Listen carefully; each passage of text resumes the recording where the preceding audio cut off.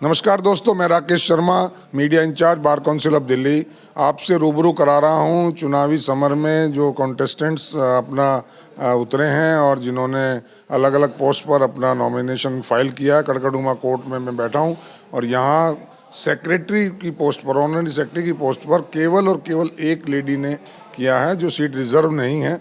लेकिन जहां तक मेरी नॉलेज है, किसी भी बार में ऑनरी सेक्रेटरी की पोस्ट पर जो नॉमिनेशन हुआ है एक सिंगल लेडी का, वो कड़कड़डूमा बार में हुआ है। और ये हैं, मैं इनसे आपकी रूबरू बात कराऊंगा, एडवोकेट अनीता धिंगरा। इन्होंने बहुत दिन पहले से डिक्लेयर किया हुआ था कि ये सेक्रेटरी की पोस्ट पर लड़ेंगे। उसके बाद रिजर्वेशन हुआ, रिजर्वेशन में कुछ सीटें रिजर्व की गई, लेकिन उसमें ऑनरी सेक्रेटरी की पोस्ट पर किसी ने रिजर्वेशन नहीं किया है। लेकिन ये फिर भी ऑनरी सेक्रेटरी की पोस्ट पर ही कॉन्टेस्ट करेंगी, ऐसा इनका दावा है और ऐसा इन्होंने किया है, क्योंकि नॉमिनेशन जो है इन्होंने सेक्रेटरी के लिए ही भरा है। तो मैं इनसे आपकी रूबरू बात कराऊंगा। अनीता जी, बहुत बहुत स्वागत है आपका वकीलों के इस चैनल में। मैं सीधे से सवाल के साथ आपके पास आ रहा हूं कि आपका मकसद क्या है चुनाव लड़ने का, आपका रीज़न क्या है, क्यों आप सेक्रेटरी की पोस्ट पर चुनाव लड़ना चाहते हैं? सर, जैसा कि सभी लोग जानते हैं, यहाँ इस बार में मैं 14 ईयर से मेंबर हूँ और इस मेंबरशिप के दौरान मैंने जो समस्याएं इस कोर्ट के कैंपस में रहते हुए देखी हैं, यहाँ बात की जाए इंफ्रास्ट्रक्चर की, बात की जाए एडवोकेट्स के लिए पॉलिसीज़ की, एडवोकेट्स की प्रोटेक्शन की, हर दौर में मैंने वो माहौल देखा जिसके अंदर एडवोकेट अपने आप को सेफ़ एंड साउंड फील नहीं कर पा रहा। उसमें मैं भी शामिल हूँ। एज ए मेंबर मैंने भी आज तक बहुत सारी प्रॉब्लम्स फेस की और उस चीज़ों को देखते हुए मुझे ऐसा लगा कि सिस्टम तभी चेंज होता है जब हम सिस्टम में आते हैं, और बिना की पोस्ट पे आए सिस्टम को मैं चेंज नहीं कर सकती।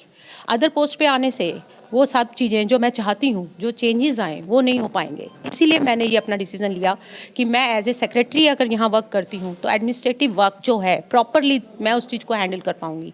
जो चीज़ें हम प्रपोजल्स अपने प्रिपेयर नहीं कर पाते हैं, जो हमें डॉक्यूमेंटेशन, पेपर वर्क, फाइलिंग, ये सब चीज़ें जो हम फेस करते हैं, जो टेक्निकल इश्यूज़ हैं, वो वही कर सकता है जो एक प्रैक्टिसिंग एडवोकेट है। तो इस नाते मुझे लगा कि मैं एक सेक्रेटरी पोस्ट पे आके वो वर्क करूं जो कि इस कोर्ट के लिए रिक्वायर्ड है। आपने कहा कि सिस्टम में आना पड़ेगा कुछ काम करने के लिए, इसलिए आप इस सिस्टम में आना चाहती हैं। कहीं ऐसा तो नहीं जैसे केजरीवाल जी ने कहा था कि वो सिस्टम में आएंगे, पॉलिटिक्स में आएंगे तो पॉलिटिकल सिनेरियो चेंज कर देंगे, लोगों के काम कर देंगे, और बाद में सब वो भी उसी रंग में रंगे? नहीं सर, मेरा अगर बैक प्रोफाइल भी देखा जाए, एज ए सोशल वर्क में काम करती आ रही हूँ पिछले 20 साल से। अपने एरिया में भी मैंने बहुत वर्क किया है, एनजीओ भी चलाती हूँ। तो मेरा इशू ये नहीं होता है कि मुझे कोई बेनिफिट्स लेने हैं। I am already earning person and I have everything in my hand. तो मेरे को ऐसा नहीं लगता कि मेरा कोई पर्पज़ है, पर्सनल इशूज़ नहीं है। मेरे को वर्क करना है अपने जो ब्रदर्स हैं, सिस्टर्स हैं, एडवोकेट्स हैं, जो अपनी वॉइस रेज नहीं कर पाते, जो अपने काम में ही उलझे रहते हैं। एटलीस्ट उनको एक लीडरशिप क्वालिटी वाला पर्सन जो उनकी प्रॉब्लम्स को लेके फ्रंट पे जाए और वो चीज़ों को सॉल्व करके लेके आए, क्योंकि मैंने जो प्रॉब्लम्स फेस की हैं तो मैं उनका दर्द भी समझ सकती हूँ। क्या मेजर प्रॉब्लम्स हैं जो आपने यहाँ फेस की हैं, स्पेशली मैं अगर कड़कड़डूमा कोर्ट की बात करूँ? सर, सबसे बड़ी प्रॉब्लम जो इस टाइम पे मैं इस समय जहाँ बैठी हूँ, यहाँ की व्यवस्था को देख के ही सबको समझ में आ रहा होगा कि यहाँ सीट्स और चैम्बर्स का डिस्ट्रीब्यूशन प्रॉपर नहीं है। यहाँ पे मैनेजमेंट ऐसा नहीं है कि जो एज़ पर नीड, जो इंफ्रास्ट्रक्चर में चेंज आना चाहिए था, वो टाइम टू टाइम करवाया गया हो। जो यहाँ पे स्पेस मिला भी सीट चैम्बर्स के लिए, वो स्पेस भी आज तक हमारे पास आके वापस चला गया, just lack of the bar work. और उसके अलावा जो अभी एट प्रेजेंट सिचुएशन है, उसमें जो नए बच्चे आ रहे हैं, उन नए बच्चों के पास सर्वाइव करने के लिए स्टाइपेंड नाम की कोई चीज़ नहीं है। वो विद इन अ टाइम काम को छोड़ के चले जाते हैं। तो वो इश्यूज़ मेरे को सामने बहुत बच्चों के आए कि हम कैसे करें मैम वर्क, हमारे पास इतना अर्निंग नहीं है। After LLB we don't have that much source कि भाई यहाँ पर आके हम इतना अर्न कर रहे हैं कि हम रेगुलर अप डाउन्स कर सकें। उनकी प्रॉब्लम देखी। फिर मैंने चैम्बर टू चैम्बर जब विजिट किया है तो मैंने सीनियर एडवोकेट्स को खाली देखा।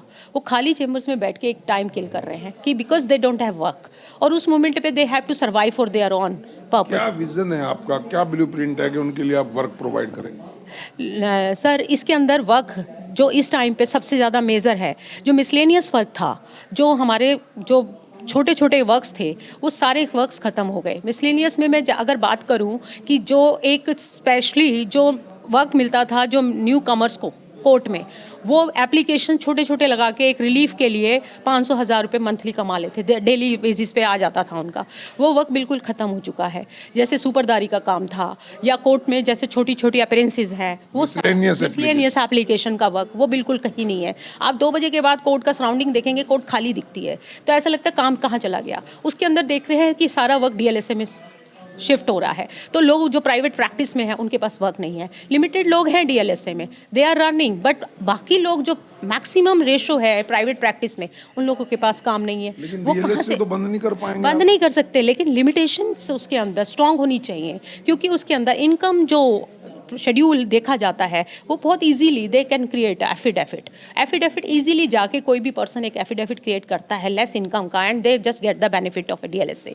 तो उस टर्म्स कंडीशन को स्ट्रांग करना पड़ेगा, स्ट्रिक्ट करना पड़ेगा, ताकि वो एक्स्ट्रा जो लोग वेल अर्नड है चलिए, वो एक उसका तो बेनिफिट आपकी ना ले। प्रॉब्लम ये है, मतलब जो आपने फेस की कि वर्कलोड नहीं है, वर्क नहीं है, वर्क जनरेट करेंगे आप, वर्क जनरेट होना है। दूसरी और क्या प्रॉब्लम? दूसरी प्रॉब्लम जो चैम्बर्स और सीट्स के लिए है, इंफ्रास्ट्रक्चर में चेंज के लिए, वो उसके लिए अंदर मेरे को ये सब चीज़ों में कंफर्मेशन चाहिए कि जो अभी तक बिल्डिंग स्ट्रक्चर है यहाँ पे 7 फ्लोर का है, उसके अंदर कितना एक्सटेंशन हम ले सकते हैं ताकि यहाँ पे चैम्बर्स की फैसिलिटीज़ एक्स्ट्रा आए। अभी जैसे न्यू कोर्ट बनी, न्यू कोर्ट के साथ किसी ने अप्रोच नहीं किया कि एक न्यू बिल्डिंग ब्लॉक भी चाहिए, चैम्बर ब्लॉक, उसके लिए किसी बार से कहीं से कोई भी प्रपोजल नहीं गया। वहाँ चैम्बर ब्लॉक की जगह एक कोर्ट्स बन रही हैं, लेकिन चैम्बर ब्लॉक का कहीं नामो निशान नहीं है। तो ये अप्रोच कौन करेगा? This is the duty of the बार। तो ये मेरे को लगता है कि अगर हम आएंगे तो हम उस चीज़ को लेके चलें कि लोगों के लिए सिटिंग प्लेस, और सिटिंग में ट्रांसपेरेंसी जो कि as per the seniority base होनी चाहिए, वो नहीं दिखती है। वहाँ पे भी बहुत सारा डिस्टर्बेंस है, उस चीज़ को भी हमने क्लियर करना है। और एक्चुअल प्रैक्टिसिंग एडवोकेट जो आता है उसको सिटिंग की फैसिलिटी मिलना। और सबसे बड़ी बात, इंफ्रास्ट्रक्चर में जो अभी सबसे बड़ी दिक्कत आ रही है लोगों को, आपने देखा होगा कि हर किसी के पास सीट चैम्बर्स नहीं है। जब उनको ऑन कोर्ट रिकॉर्ड पे आपको वीसी कनेक्ट करना पड़ता है, सोशल मीडिया कह रही हूँ मैं, कि जब आपको नेट के थ्रू आप कोर्ट से कनेक्ट करते हैं तो यहाँ पे वाईफाई सिस्टम फेल है। क्यों? क्योंकि जब हम बिल्डिंग में होते हैं तो हम काम नहीं कर पाते हैं, अदर कोर्ट से कनेक्ट नहीं कर पाते हैं। एक टाइम में एडवोकेट के पास 4 मैटर हैं, 5 हैं, लेकिन एक मैटर करते हुए अदर कोर्ट को कनेक्ट नहीं कर पाता। तो उसका इफेक्ट क्या आता है? उसकी अर्निंग पर, और उसके क्लाइंट शॉर्ट होती है, काम में एडवर्स ऑर्डर्स होते हैं सब। और उसके अलावा अभी जो